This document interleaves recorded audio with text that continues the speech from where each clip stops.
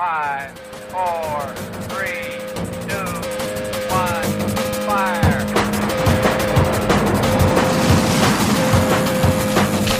The only thing we have to fear is fear. Mile 18. This is Endurance Nation. Hello there, and welcome to another episode of the Endurance Nation podcast. I'm Coach Patrick, your host on these different episodes that cover interviews with our members and with industry leaders, as well as regular topics that are pertinent to endurance athlete success. This time around, it's getting close to the fall, and I wanted to let you know that our season is kicking off on November 1st. That's right. Endurance Nation works through seasons, and our winter training program kicks off in earnest on November 1st.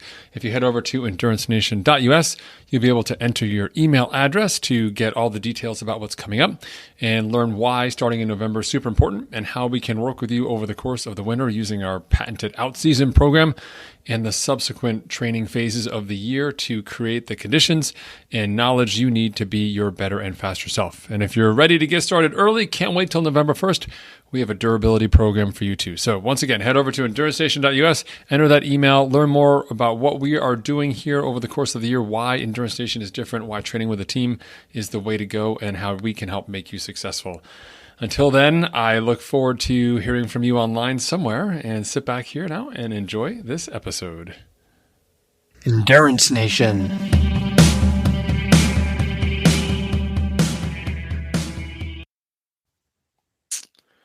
Hey folks, Coach Patrick here, Endurance Nation, back with another weekly coach video cast / podcast. Every week I sit down with you to talk to you about a core concept that's valuable from inside Endurance Nation. We are a community of endurance athletes from across the globe who share knowledge, and we support one another. We help each and every one of us achieve our own epic goals. The idea being that together we are smarter, stronger, and faster than any one of us could be on our own. It's a great community, a great supportive place to be, and our athletes are all doing crazy types of events. Every weekend I find out about something new. Just this past weekend, I saw someone did a 5-day gravel stage race in Oregon, which is insane and amazing. I can't wait to learn more about it. But we also have athletes doing all manner of events as well. So if you are an endurance athlete, if your event has a finish line, if it is a big challenge, if there's going to be endorphins involved, Endurance Nation is there. And we'd love to meet you, hear from you, and have you join our team and become part of our story. All right, with that said, let's talk today a little bit about the topic, 48 hours to boost volume. So one of the biggest challenges that endurance athletes have is scheduling. So it's not about the race itself. And if there's a will, there's a way, even though sometimes these events are financially expensive or logistically challenging, because the gauntlet has been thrown, you're ready. You're ready to dive in there, you're ready to do the work. The real challenge begins when the rubber meets the road. That's why a lot of people reach out for coaching. It doesn't always have to be that way. Part of my role here inside Endurance Nation is not only to share my expertise and to help athletes who need it, but also to provide macro level guidance like today's lesson so that you can make better, more informed decisions on your own. And when it comes down to this sort of concept of volume, well, we've decided for our athletes that we've worked with, the majority of whom do Ironman races, so races in the kind of 10 to 17 hour range, that we can maximize your endurance gains by really targeting a 48-hour window. And within that 48-hour window is where we do the majority of the volume work in a given week during your race preparation period. It's not all year round, but it's also not all week long either. And it's also not every single Saturday. There's some unique elements to how we structure the volume inside Endurance Nation that makes it manageable for you as an age group athlete, allows you to still be, a valued family member, a contributor at work, engaged in your other social activities, so that your sport doesn't take over your life. We want endurance sports to be your lifestyle, but we don't want it to be dictating how you live, right? There's a difference there. It's a choice. And we want to make sure that you're on the right side of that decision. So here is our framework for how we encourage our athletes to think about increasing volume when they're on a tight schedule, yet their race aspirations and their goal events are significantly bigger than the average event, right? Okay, so here's how we recommend you build your best 48 hours. So number one, what is your race expectations? Not only what is the race itself, are you doing an Ironman or an ultra race or some long bike ride, whatever it may be, but what are your expectations of that race? Do you want to set a personal best? Do you just want to hit the finish line? Are you somewhere in between? You want to, do well enough that you can do it with a friend or do a respectable time, which equals time X? Whatever that is, really have a clear sense of that to start with. Because that essentially is your one thing from our 4 keys of racing. That one thing is going to help drive the rest of our decision-making processes. Don't get me wrong. 48 hours doing focused volume is actually really challenging. much more challenging than it might seem right now as we're talking.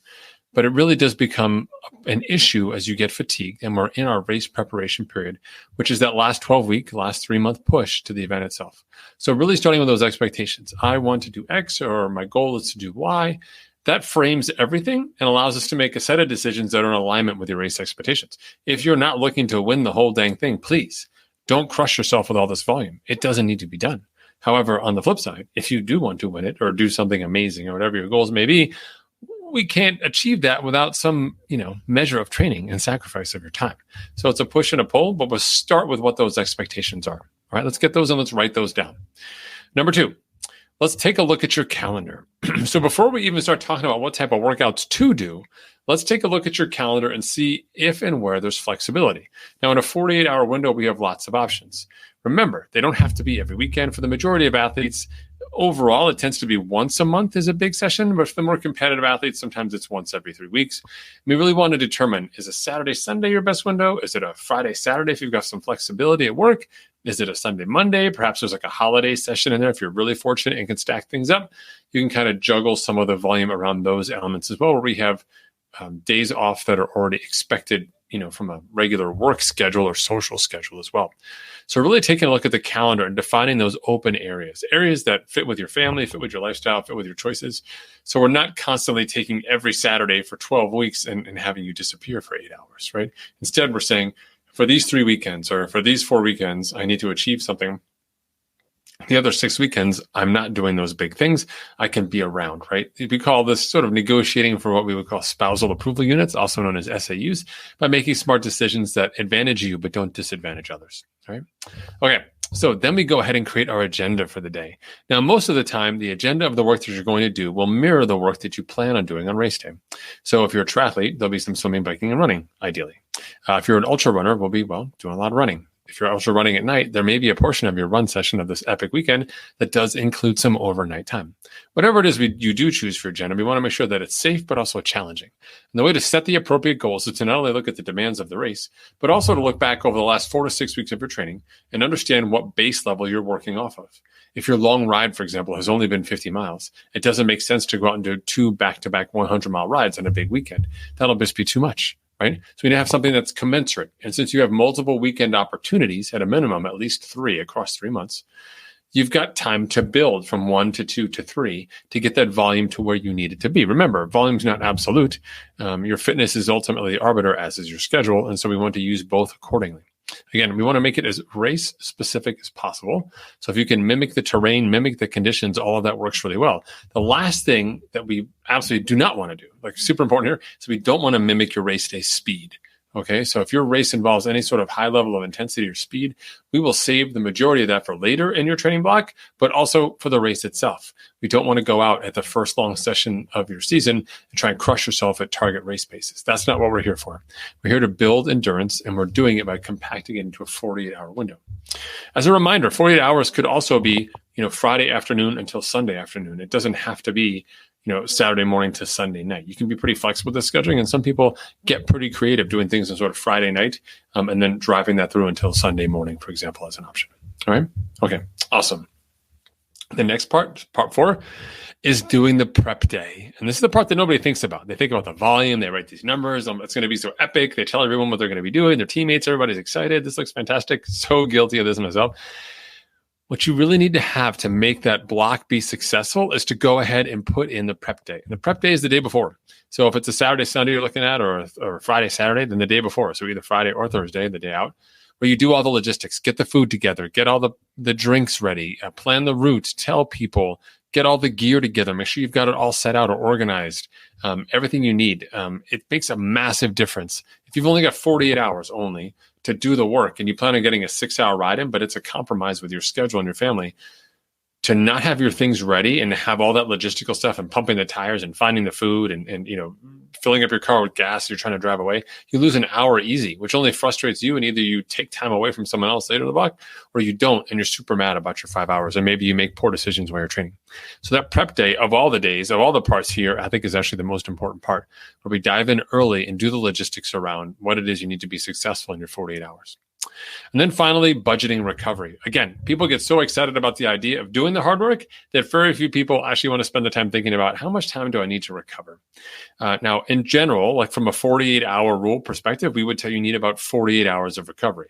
That would mean 1 day off and 1 day easy, non-weight bearing cycling or swimming or similar activity, rowing, that would allow you to get aerobic, but do so in a way that's going to flush some of the toxins out of your system. Just kind of get your aerobic system working again before you get back sort of to your schedule on that third day.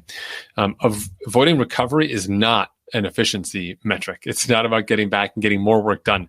If you don't fully recover, you won't be able to actually absorb the work that you've done. And so budgeting that time is actually a very important metric. And so whether you measure your baseline resting heart rate or you're looking at HRV, the variability, whatever your metric may be, restlessness of sleep or quality sleep or amount of REM in your sleep, whatever those metrics are, we want to track them and use them as looking at a baseline before you did this block and then afterwards as well to see when you normalize. Sometimes you'd be surprised that you may recover quickly, but in some cases you may not. Everyone's different, and you'll handle the workload based on the temperatures and your terrain choices and your nutrition strategies differently than you will in other times of the year. That's why those objective metrics are actually a very important tool. So to recap today, your best 48 hours starts with race expectations. You decide what it's going to be, and we work around those. Number 2, we look at your calendar and decide which parts of these elements work best for you and your family and your work and your colleagues, your roommates, etc. Number 3, we create that agenda. What are we going to do? When are we going to do it? What happens first? Bike, run, swim. We're going to long run in the morning, some aerobic stuff in the afternoon, then a long run the next morning. We're going to do an overnight long run. What does it look like? That agenda will then determine part 4, which is what you're going to do in your prep day. What needs to get done? What do you need to do? Who do you need to tell what you're doing? What nutrition do you need? Logistics, support, gas, fuel, maps, chargers, all of that stuff has to happen in this prep day. A good prep day makes those 48 hours fly by. And the last but not least, budgeting for recovery. This is more art than science, but still very important that we spend time making good, smart, objective decisions about our fitness and recovery so we can continue the remainder of our race build successfully and have the fitness that we want to have on race day to race to our potential. All right. I hope this is helpful for you. If you've got questions about recovery, hit us up on Facebook or come over to EnduranceNation.us, create a membership, 30-day money-back guarantee. We'd love to connect with you inside our office hours, which I'm currently late for right now. Oops.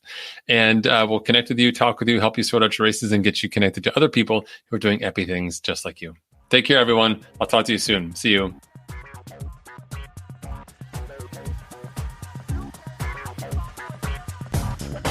For more information about Endurance Nation, visit us online at endurancenation.us. The provided music is from the Podshow Podsafe Music Network. Check it out at music.podshow.com.